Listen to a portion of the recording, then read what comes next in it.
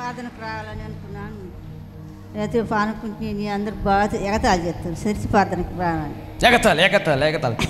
నాశనం అయిపోనుగా ఎగతాళి. ఆడదాములే పాము ఇంట్లోకి వచ్చింది. మిరగాయలు ఏమని తీద్దామనే పాము పట్టకలేకపోయినా పొరకదంకి వచ్చి పట్టగాకమంటుండ్రు. ఎవరు నా వెనకుండి పట్టగాక అంటుంటే సరే పొరక పట్టుకుంటే ఏమవుతుందని పొరకదంకి వచ్చి పాము మెదిలాడుతుంది. వ్యాన్ కాకేసింది. నా కొడుకు నా కోడలు సాగొట్టింది. అది God bless you, God bless you. దేవుడికి మహిమ. దేవుడి స్తోత్రం. సేవకురాలు వందనాలు. మరి నాకు పెద్ద మనిషి అయిన కాలం నుంచి కడుపుని పోతూనే ఉంటుంది. డేట్ ఎప్పుడైతే వచ్చిందో అప్పుడు అల్లాడిపోయేదాన్ని. ఇండిసిన్ అన్నా లేకపోతే ట్యాబ్లెట్ అని మింగేదాన్ని. అప్పటి నుంచి ఇప్పటికైనా కానీ మొన్నటిదాకా వచ్చింది కడుపులు నొప్పి. 7 వారాలు వస్తానని ఒప్పుకున్నా. దేవుడి దయచేసి తగ్గింది. మళ్ళా నాకు 5 సంవత్సరాల కాంచి గర్భంలో 7 వచ్చినప్పుడల్లా కడుపులో నొప్పి వచ్చింది అని డాక్టర్ చెప్పింది. 5 సంవత్సరాల నుంచి వస్తూనే ఉంది. వచ్చినప్పుడు ఈడిగా ఉన్నప్పుడు వచ్చింది. డేట్ వచ్చినప్పుడు అదొక నొప్పి ఇదొక నొప్పి 2 నొప్పులు అట్ట వచ్చేది. వచ్చినప్పుడు మరి దేవుడా తగ్గితే 7 వారాలు సాక్ష్యం చెప్పుకుంటా వచ్చి అనుకున్నా. తగ్గిపోయిందమ్మా. ఎవరు తగ్గించారు నీకు? నువ్వు నమ్ముకున్న యేసయ్య నిన్ను సిగ్గుపరచడు. గట్టిగా చప్పట్లు కొట్టి కొట్టండి గట్టిగా. హల్లెలూయా. గారికి అమ్మగారికి వందనాలమ్మ. నా కొడుక్కి డెంగీ జ్వరం వస్తే అక్కడ 40% కానీ రక్తం లేదమ్మ, రక్తం ఎక్కియాలా అనరు. రక్తం వస్తే ఏమవుతా నా యేసయ్య ఎత్తరని కన్నీరు పెట్టి ప్రార్థన చేసుకుంటా కాయలు కోసి పోసుకుంటున్నాను నా కొడుక్కి. ఒక ఆమె ఉండి అమ్మ ఏరే వాళ్ళని ఎత్తురు వద్దమ్మ బిడ్డకి కుర్ర బిడ్డ అన్నాడు. అంటే నా యేసయ్య ఎత్తడని ప్రార్థన చేసుకుంటా కాయలు కోసి పెట్టుకుంటా నా బిడ్డకి 500 కారు కొప్పుకున్నా. నేను సాక్ష్యం చెబుతాయ్యా నా కొడుకు తెల్లారలేక రక్తం వస్తాను. ఆయన రక్త పరిశీలన చూస్తే అమ్మ నీ కొడుకు రక్తం సరిపోయిద్దమ్మా అన్నాడు. పోయి పారి యేసయ్యా నీకు వందనాలు అయ్యా నేను సాక్ష్యం చెప్పుకుంటా. ప్రార్థన చేసుకున్నావు రక్తం సరిపోవాలని. నీ ప్రార్థన విశ్వాసం దేవుడు కార్యం చేశాడు. ఇక్కడ మొక్కుబడి చేసుకున్నావు సాక్ష్యం చెప్తానని. 500 కారుకి ఇచ్చిన. ఏ ఊరమ్మా మీది? మాది అగ్నిపురి కాలనీ. అగ్నిపురి కాలనీ. చూడండి, అన్యులు సైతం దేవుడికి ప్రార్థన చేస్తున్నారు. గట్టిగా చప్పట్లు కొట్టండి. గట్టి కొట్టాలా. నా యేసయ్య అందరికీ ప్రభు. హల్లెలూయా. అందరికీ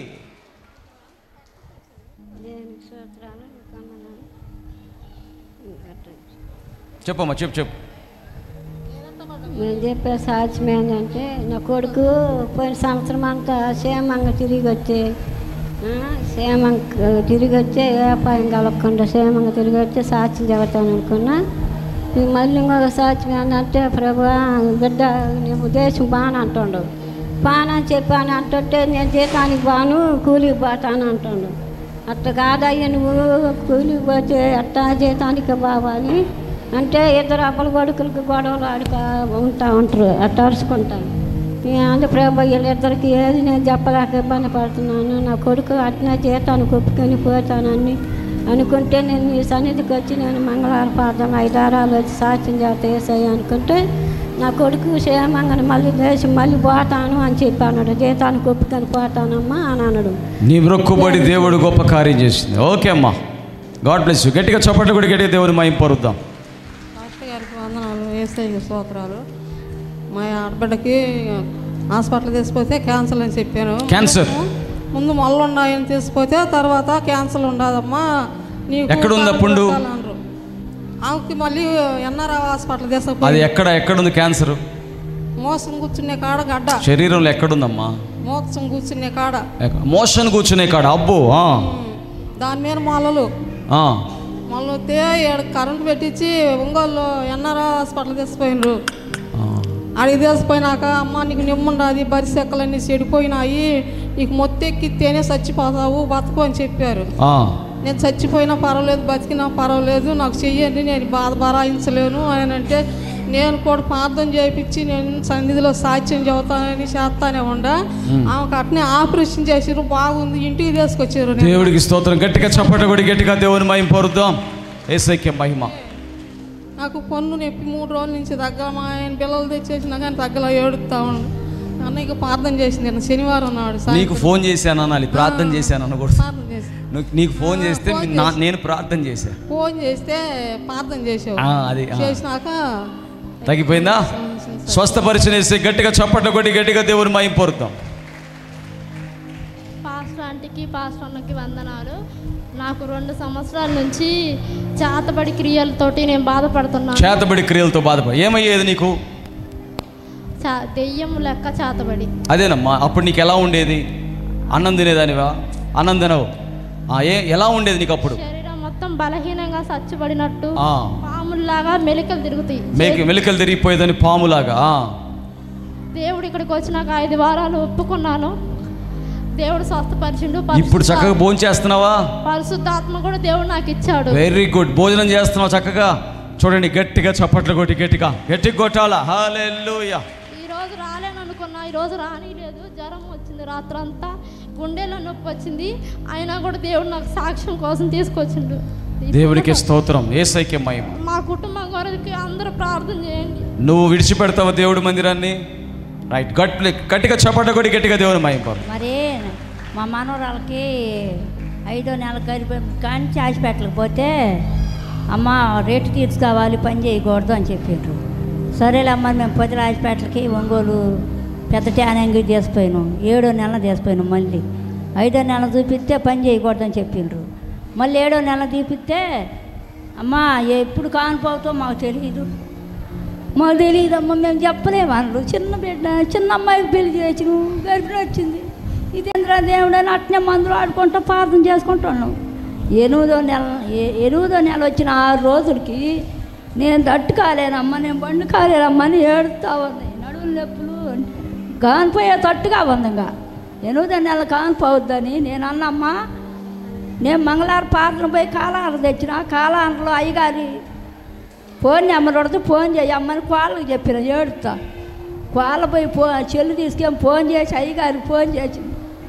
అయ్యా అమ్మ ఏం కాదు మీరు భయపడకాకుండా అని ప్రార్థన చేసిండు అయ్యగారు. ఏసు రక్తం అంత లెక్క పూసినము, పర్వాలేదు బాగున్నాక 9వ నెల వచ్చినాక 3 రోజులు ఉందనగా గర్భిణైంది. సరిగా అబ్బాయి పుట్టిండు. గట్టిగా చప్పట్లు కొట్టి గట్టిగా దేవుని గట్టి కొట్టాలి. హల్లెలూయా. అయ్యగారికి అమ్మగారికి వందనాలు. నేను ఇంటికాడ ప్రయాణం అయ్యేటప్పుడే కడుపులు నొప్పి, నిద్ర, నీరసంగా, కాళ్ళు చేతులు చచ్చిపడ్డట్టుగా అసలు రాలేనేమో. దేవుడా యేసయ్యా నీ మందిరానికి నన్ను చేర్చయ్యా, నేను సాక్ష్యం చెప్పాలి, నాకు చెత్తిని అయ్యా, నేను బావాలయ్యా అని ప్రార్థన చేసుకుంటాను. ఇక్కడ దిగువాడు ఇక్కడ మజ్జిగ తాగి చిన్నగా ఆడాడ కూర్చుంటే ఇక్కడికి వచ్చిన ఇక్కడ కొత్తలో కడుపు నొప్పి తగ్గింది. కడుపు నొప్పి తగ్గిపోయిందమ్మా. ఇప్పుడే రాలేను అనుకున్నావు. ఇక్కడికి వచ్చేటప్పుడు దేవుడు నిన్ను బట్టినేమో. మజ్జిగ తాగినా నీలాంటి వాళ్ళు రాలేక కడుపు నొప్పితో అయినప్పటికీ వచ్చారు కాబట్టి ఇక సాక్ష్యాలు తీసుకుంటుందాం అనుకుంటున్నాను. ప్రభు చెప్తున్నాడు కడుపు నొప్పితో ప్రార్థన చేయండి. హల్లెలూయా. కడుపు నొప్పి ఉన్న వాళ్ళు ప్రభు స్వస్థపరచాడు. గట్టిగా చప్పట్లు కొట్టి గట్టి కొట్టాలి. హల్లెలూయా. దేవునికి స్తోత్రాలు. మీకు అందరికీ వందనాలు. పాస్టర్ వందనాలు. నా సాక్ష్యం ఏంటంటే కొంచెం దూరంగా నడవగానే కాళ్ళు చేతులు రాకరాటం, గుండెల నొప్పి వచ్చింది. ఏ పని చేసుకున్నా గుండెల నొప్పి వస్తుంది. ఏంది దేవుడా నాకు ఇది? వారం వస్తూనే ఉన్నా. కానీ ఏది నాయన మరి నాకు ప్రాబ్లం అన్నప్పుడు, నేను దేవుని ప్రార్థించుకున్నప్పుడు, నీ సన్నిధానానికి వచ్చి నా ప్రభా నేను సాక్ష్యం చెప్పుకుంటాను అన్నప్పుడు వెంటనే తగ్గిపోయింది. ఆరోగ్యం ఇచ్చింది, మంచి ఆరోగ్యం ఇచ్చిన యేసయ్య గట్టిగా చప్పట్లు కొట్టి గట్టిగా దేవుని మహిమ పొందుతాం. మీ అందరికి నా వందనాలు. దేవునికి మా మనమరాలకి కడుపులు నొప్పి వచ్చింది. కడుపులు నొప్పి వచ్చి 4 రోజుల నుంచి ఇంటి దగ్గరనే ఉంది. హాస్టల్ కాడి నుంచి వచ్చి డాక్టర్ల కాడికి పోతేనేమో ఏం లేదు అంటున్నారు. ఇక్కడ పట్టుకుంటేనేమో గడ్డలాగా తగులుతుంది.